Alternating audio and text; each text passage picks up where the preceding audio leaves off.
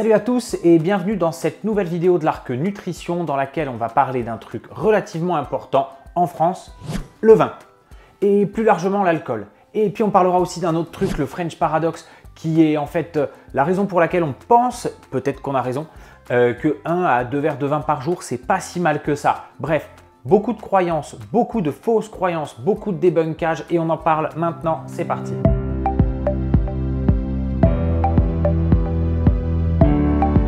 Salut à tous, je m'appelle Virgile, j'ai 34 ans, je suis médecin et je suis passionné de prévention. Je suis convaincu aujourd'hui qu'on a vachement de boulot à faire, que l'école ne nous donne pas tout à fait les bonnes clés et j'essaye par cette série de vidéos de vous filer plein d'informations concrètes, utilisables, rapides et au quotidien pour améliorer votre état de santé avec notamment votre alimentation. J'ai fait aussi une série sur le tabac que vous pouvez retrouver par ici.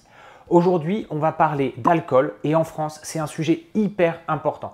L'alcool, on le sait, c'est pas très bon pour la santé, mais quand même, on est dans un pays de culture, de tradition. Et aujourd'hui, l'Organisation mondiale de la santé, elle dit des choses qui sont assez claires, sur lesquelles on ne transige pas. C'est l'alcool, c'est 10 verres par semaine, max 2 verres par jour, et on ne boit pas tous les jours. Ça, c'est les recommandations officielles de l'OMS qui ont été appliquées ensuite et relayées par Santé publique France. Mais est-ce que parce que les recommandations, elles disent c'est maximum 10 verres par semaine et maximum 2 verres par jour, ça veut dire qu'il est conseillé de boire de l'alcool pour sa santé. On en parle maintenant. De mon expérience personnelle, il y a beaucoup de patients en consultation qui pensent que l'alcool c'est bon pour la santé. Il y en a qui pensent que le problème de l'alcool c'est les spiritueux, mais que le vin ça va, que la bière ça va, que le cidre c'est ok. En fait, il y a pas mal de gens qui se trompent. On remet maintenant les bases. Mon objectif, c'est pas de dramatiser l'alcool, c'est pas de vous dire ne buvez plus, c'est de vous dire si vous faites le choix de boire de l'alcool, comme moi je le fais régulièrement, eh bien, vous le faites en pleine conscience, vous le faites en ayant conscience des risques et vous ne le faites pas parce que vous pensez que c'est bon pour la santé. Aujourd'hui, on va casser des mensonges que le lobby viniviticole nous met dans la tête depuis des générations et si ça vous intéresse, je vous invite à le partager à vos proches pour que eux aussi puissent avoir des super bonnes informations et faire leur choix de santé en conscience.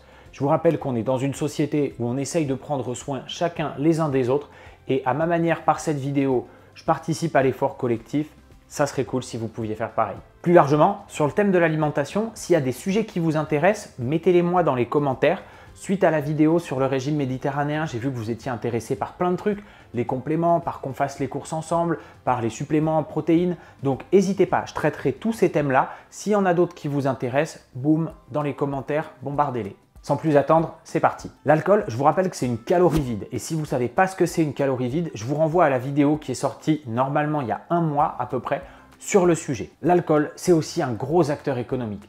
Aujourd'hui, les vins et les spiritueux, c'est 12,7 milliards d'euros de recettes en France tous les ans. Et il y a quelque chose qui soutient ça, c'est le fait que pendant longtemps, on a entendu parler de la courbe en U. La courbe en U, c'est une théorie qui dit que on a moins de risques à boire un petit peu de vin qu'à en boire pas du tout, et puis ensuite, si on en boit plus de 2 verres par jour, ça remonte. Donc il y aurait un effet protecteur de 1 à 2 verres de vin, plutôt du vin rouge, tous les jours. Les deux choses qui sous-tendent ça, c'est 1, l'éthanol, la molécule d'éthanol à petite dose, elle protégerait le cœur et les vaisseaux. 2, le resveratrol, c'est un puissant antioxydant qu'il y a dans les raisins, et donc il y en a dans le vin rouge, et qui dit antioxydant dit protection du cœur, des vaisseaux et du corps en général. Donc, sur ces deux hypothèses, on dirait la courbe en U c'est vrai, vaut mieux boire un peu d'alcool que pas du tout. Faux, absolument faux, archi faux. Alors historiquement, le resveratrol, c'est à lui qu'on avait attribué le French Paradox. Je vous mets le schéma sur le côté, vous voyez, c'est une courbe où on a la consommation de graisse et de graisse saturée, insaturée, et puis le taux de maladies cardiovasculaires et métaboliques en Europe. Et vous voyez qu'il y a un pays qui semble se distinguer, c'est la France, où on mange plus gras et on meurt moins de maladies cardiovasculaires et métaboliques.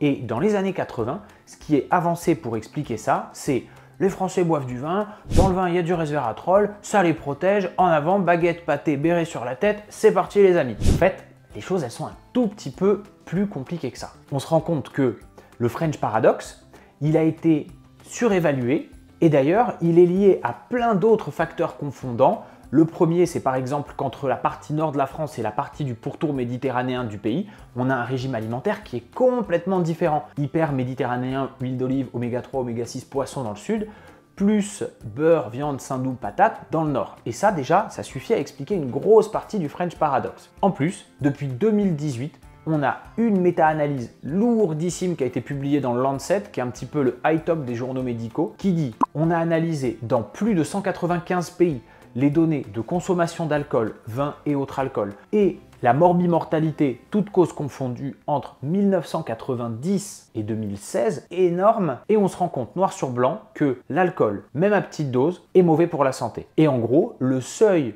protecteur sous lequel vous risquez rien, c'est 0 verre. Alors, si on creuse un peu finement dans cette étude, on voit bien que, effectivement, les maladies cardiaques ischémiques et les maladies vasculaires, elles seraient un petit peu diminuées par la consommation d'alcool, c'est vrai, vers l'âge de 45, 50, 60 ans. Le problème, c'est qu'en contrepartie, la consommation d'alcool, elle augmente nettement les maladies du foie, les cancers et certains autres types de maladies vasculaires, notamment l'hypertension. Et du coup, on protège un petit peu d'un côté, on aggrave beaucoup de l'autre. Les humains qui ont les cancers, c'est les mêmes humains qui sont protégés des maladies cardiaques ischémiques. Et in fine, quand on fait la somme de tout, l'alcool, c'est globalement un poison et c'est mauvais pour la santé. Alors contrairement à une idée reçue, il n'y a pas du tout qu'aux jeunes qu'il faut l'expliquer. Je vous mets un compte-rendu de l'INSERM publié en 2021 dans les notes d'épisode, comme d'habitude. Dans les notes d'épisode, vous retrouvez absolument toutes mes sources bibliographiques, qui dit un truc qui est hyper intéressant. Un quart des 65-75 ans boit de l'alcool tous les jours, contre 2,3% des 18-25 ans. C'est fou quand même. Par contre, sur la consommation, les vieux, ils ont tendance plutôt à avoir une consommation quotidienne mais modérée. Par contre, les jeunes, ils vont plus souvent vers des approches type binge drinking, où ils se mettent des marmites un soir et puis ensuite ils arrêtent.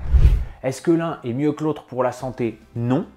Par contre, ils ont des profils de risque différents. Une consommation aiguë, par exemple, ça va entraîner beaucoup de risques sur le plan traumatique, accident de la route, accident domestique, sur le plan psychique, avec des passages en bouffées délirantes aiguës ou des déséquilibres de troubles de la personnalité.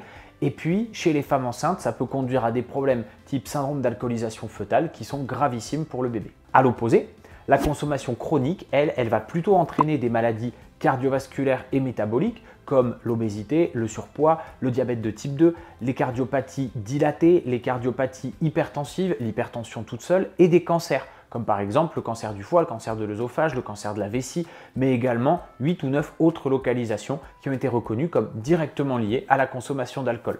Petit aparté, la consommation d'alcool, elle est responsable de 8% des décès en France. Aparté dans l'aparté, en 2023, il y a 40% des cancers qui ont été jugés comme liés à des causes évitables. Évitables. Ça veut dire si on adapte nos comportements de santé, on enlève 40% du risque de cancer. Je ne sais pas si ça vous fait pas réfléchir, mais moi ça me rend dingue.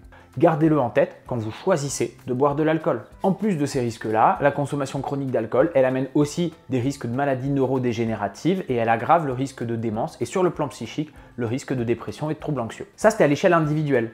Et à l'échelle de la société, entre les problèmes liés aux maladies de l'alcool, les arrêts de travail, le handicap, l'invalidité et le coût des soins, même si on intègre les économies faites sur la retraite des gens qui meurent de l'alcool avant d'avoir pu toucher la retraite, ça c'est un des grands arguments, alors pas des alcooliers, mais des lobbies cigarettiers.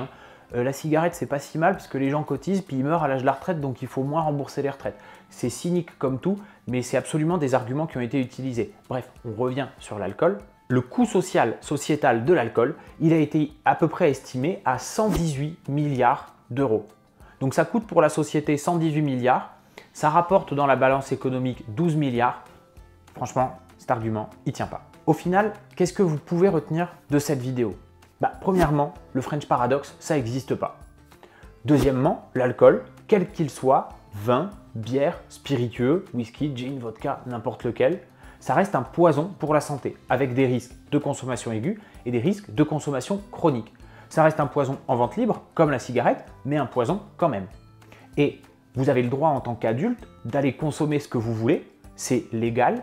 Par contre, pesez le pour et le contre de votre consommation.